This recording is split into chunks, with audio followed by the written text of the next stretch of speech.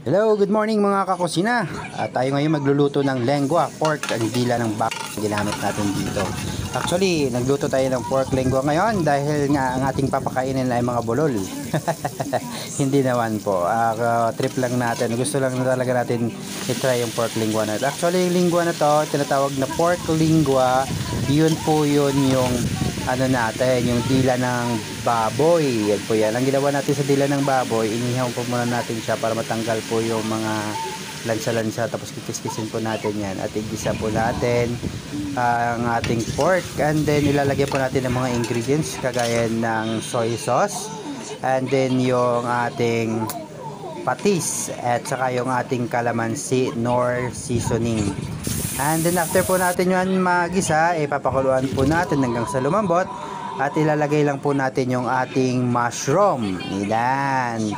At saka ilalagay rin po natin ang ating evaporated milk. Yan po yung ating ingredients. Kasi creamy mushroom, pork lengua. 1 minute later. Ayan guys, tayo po ay mag-plate na ng ating creamy pork lengua. So maraming salamat sa pagpapanood. Sana subaybayan nyo at i-follow mo yung page ng Papa Dong's Kitchen.